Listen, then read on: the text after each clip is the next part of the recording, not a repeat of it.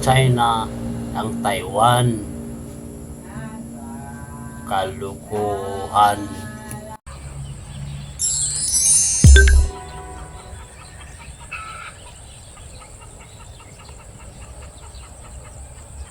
Niwala ba kayo na atakihin ng China yung Taiwan dahil probinsya daw nila yan? Huwag kayong maniwala doon. Tingnan mong ginagawa ng China, puro pananakot. Pinagtatakot yung yung Taiwan. Pinapaliparan ng mga missile lumabagsak sa dagat. Pinapasok ng kanilang mga coast guard yung dagat ng Taiwan. Kaya ano nangyari? Yumaman tuloy yung Amerika. Kasi yung Taiwan, bili ng armas doon sa Amerika. Oh. Binubugaw naman ngayon ng Amerika yung Taiwan. Natitirahin kayo niyan. Bumili na kayo nito. Yan. Ang ginagawa ng China, yumaman ng Amerika. Ilang $1 billion yung binili ng Taiwan armas sa Amerika. Alam mo naman yung Amerika gagawa ng gera yan para magkapera. Basta may gera, maraming pera ang Amerika. So ito namang China, binubuli na, tinatakot lang nila ng gusto yung Taiwan para pumayag sa gusto nila na bumalik na sa China. Pero yung girahin nila, malabong mangyari yun kasi kadugo nila yan Kaya nga Chinese Taipei, di ba? Taiwan. Mas aatakihin pa ng China ang Pilipinas kumpara ng Taiwan.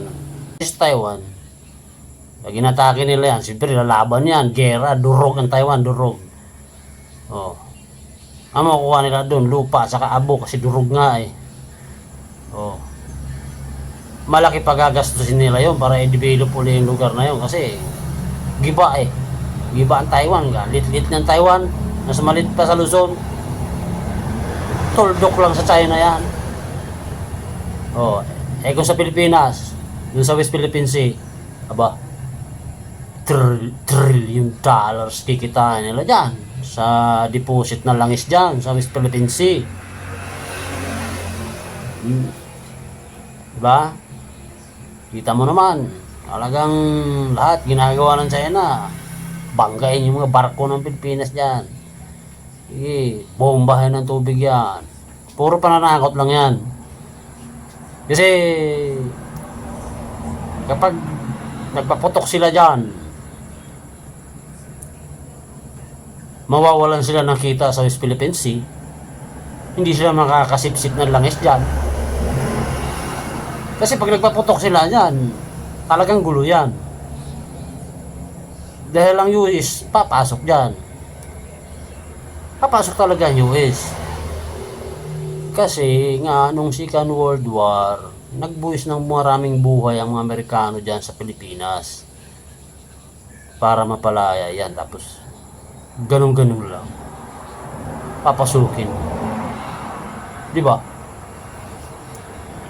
Ngayon ang mga sundalong Pilipino kasi karamihan ng general dyan mga kasangga yan ng mga general ng sundalo ng Amerika. Kaya yung mga utak niyan parang Amerikano din. Kaya nag-iingat din sila na may maunang magpuputok sa kanila. So, sabi nga ni former President Rodrigo Duterte, di ba? Papel lang yung hawak ng Pilipinas dyan. Ayon sa United Nations Convention of the Law of the Sea, atin yan. Inclusive economic zone natin yan. Tayo may karapatan dyan sa lahat ng mineral na makukuha dyan. Ang tanong, hindi naman kayang i-implement ng UN yun. Basta sinabi lang sa inyo yan. Mahirap kasi kalaban yung historical claim, mga idol. Yun ang totoo. Kasi yung katuwiran nila, ba, old continent yung China. So, unang nagkaroon ng civilization dyan bago ang Pilipinas. Sasabihin lang nila sasabihin nyo inyo matagal na kaming namimingwit dyan. Wala pa nga kayo dyan Wala pang taong Pilipinas na yan Yun lang yung simple, di ba? Yung Pilipinas naman, nagkaroon ng claim dyan nung mabuo yung UNCLOS. Yung UNCLOS, United Nations Convention of the Law of the State. Yun. Kailan lang yun? So, mayroon tayong karapatan din ayon sa international law. So, kung historical naman, mayroon din. Kasi nangingisda din tayo dyan. Pero mas nauna ang China nangingisda dyan. Balik tayo sa Taiwan. Saka China. Yung gulo nila dyan. Yung hindi nila pagkakaunawaan. Hindi talaga mangyayari magkakagira yung mga yan. Totoo lang. Kasi nga part nga na ng China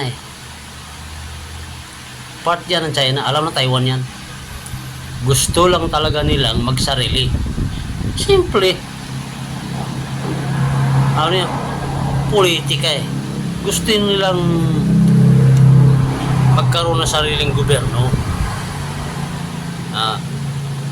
Kasi matagal naman din silang nawalay sa China.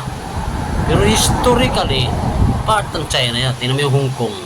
Hindi na pumalag yung British dyan. Binalik na sa China. Diba? Ngayon, dahil naman dun sa gusto nga ng Taiwan na magsarili, pasok Amerika. Bugaw Amerika Kung wala ang Amerika, anong bubugaw dyan?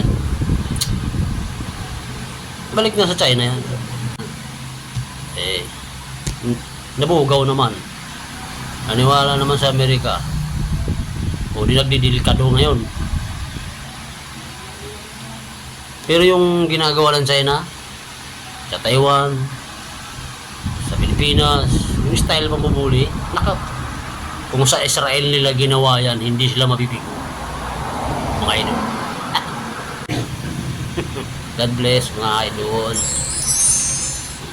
Parang awa nyo na. Huwag nyo nang kalimutan mag-ano dyan, like, comment, subscribe, at yung bell button para ma-notify ka sa mga susunod ko pang chismis. Bye-bye.